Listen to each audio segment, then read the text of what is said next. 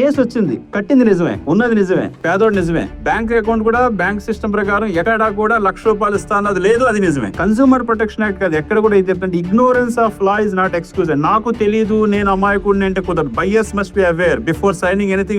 పాపం అమాయకత్వం మీద చేసి నాకు తెలియదు అంటే ఇప్పుడు కుదరదు. అప్పుడు నేనేం చేశాను, నేను కట్టిన డబ్బులకి ₹1,00,000 ఇస్తాను కానీ కోర్టు ఫస్ట్ నన్ను క్వశ్చన్ అడుగుద్ది, రైట్ నువ్వు కట్టే డబ్బులు బాగానే ఉంది, 1,00,000 ఇస్తాను ఎక్కడ ఉంది అంటది, లేదంటే కేసు పోయింది.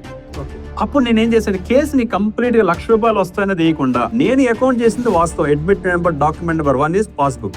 ఎవ్రీ మంత్ ₹500 చెప్పి ₹6,000 కట్టా. 12 నెలలు ₹6,000. నా ₹6,000 ఆ రోజుల్లో బ్యాంక్ లో మినిమం బ్యాలెన్స్ ఉన్నది లేదండి. నా ₹6,000కి బ్యాంక్ ఇంట్రెస్ట్ ప్రకారం 18 రోజులు కట్టామండి. లోన్ రీపేమెంట్ చేయలేదు, వాడు ఏం చేస్తాడు, రీపేమెంట్ చేయని దానికి 3 నెలలకి ఎంత, మళ్ళీ దానికి చక్రవడ్డీ, దానికి అలాగే వేసి ఇవ్వండి అన్న. అది వాస్తవమే. ఎప్పుడైతే ఈ ఫైల్ చేశారు, so opposite parties branch manager Chintapalli branch, regional manager Visakhapatnam, divisional manager అందరూ పెట్టాడు కాపీ. అప్పుడు మేనేజర్ ఉంది, సార్ ఇదేంటి సార్ మా మీద పెట్టారు, మీ బ్యాంక్ సిస్టమ్ ప్రకారం. సార్ మీరు ఎవరో నాకు తెలియదు, మీకు నాకు పర్సనల్ గా చేస్తారు, as per the bank statement, as per report ఇద్దాం. మీరు చేస్తారా లేదా కోర్టు అదే క్యాలిక్యులేషన్ చేస్తుంది. అప్పుడు కాంపెన్సేషన్ వస్తుంది. అప్పుడు మళ్ళీ మెంటల్ గా వస్తాయి ఏంటంటే, అప్పుడు అన్ని క్యాలిక్యులేట్ చేసుకుంటే ₹6,000కి ₹87,900 వచ్చింది. క్యాలిక్యులేట్ చేస్తే అప్పుడు అడిగే, సార్ ఇంతకంటే మేము ఇవ్వలేము,